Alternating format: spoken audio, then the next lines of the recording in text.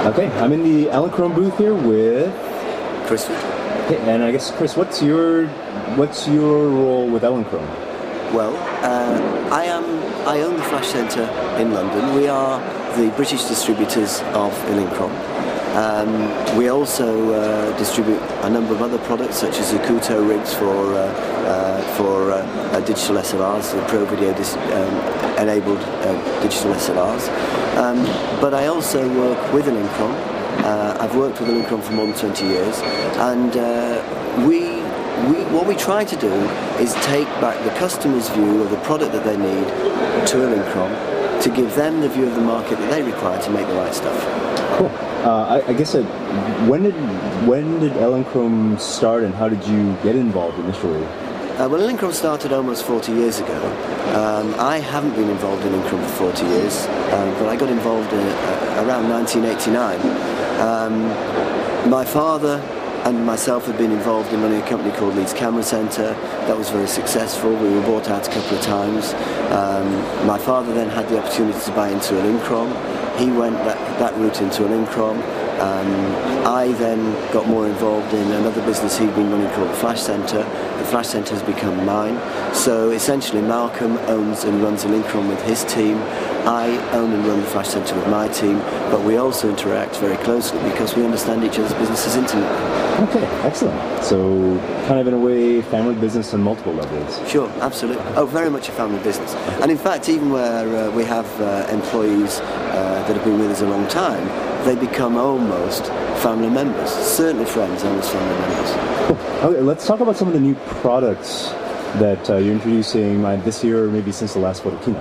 Okay. Well, I think the most interesting product is the Ranger Quadra here.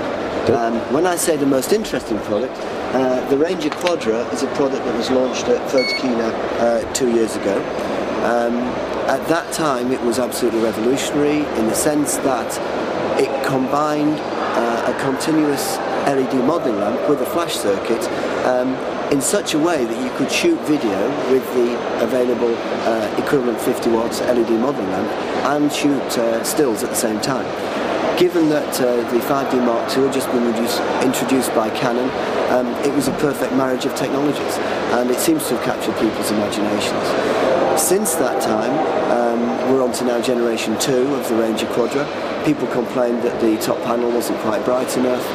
Also, we've got Skyport, the communication system built in, the remote control. We had put in a Skyport system which was only of limited competence, so and people told us they wanted to control these things from the computer, and also were looking for iPhone apps to drive these things. And so for this Photokina, we've replaced the top panel, which has given us a much brighter top panel. We've also put in a full Skyport USB facility, and that full Skyport USB facility with a Skyport Wi-Fi bridge has enabled us to write apps for the iPhone, iPad, and it will enable us to write apps if we can get the machine code for the Android phones to enable you to control any Skyport enabled item, including the Ranger Quadra, from an iPhone and similar device. So I guess, are those apps, like the iPhone and iPad app, are they already available? Or they will be available as free downloads by Christmas from iTunes. Obviously, we have to get everything approved via Apple before we can, before they will allow it to be downloaded. But I understand that 85% of all the apps that are presented to them are made available first time round, and the only reason why they wouldn't make an app available is if it either didn't do what we said it did, or it compromised other apps or other systems within the telephone itself. All right, sounds good. What else has changed with the Ranger RX? It was mostly just top panel change and a control change, I guess. Well, most of what's changed, I mean, the interesting thing is we got the product pretty well right from the beginning. Okay. We've refined the product already. Most excitingly, nobody else this Photokina has come up with a similar product. Whether that's because they can't, or whether it's because they can't do it as well as we've done it for the price that we've introduced the product at, I don't know. But for us it's fantastic because it's a wonderful bridge product between the strobist market and our stills photographic market, also the high definition video market, and also there are accessories that we're building for this which take us further in that direction. Now, you asked me about new items. There are a number of new accessories here.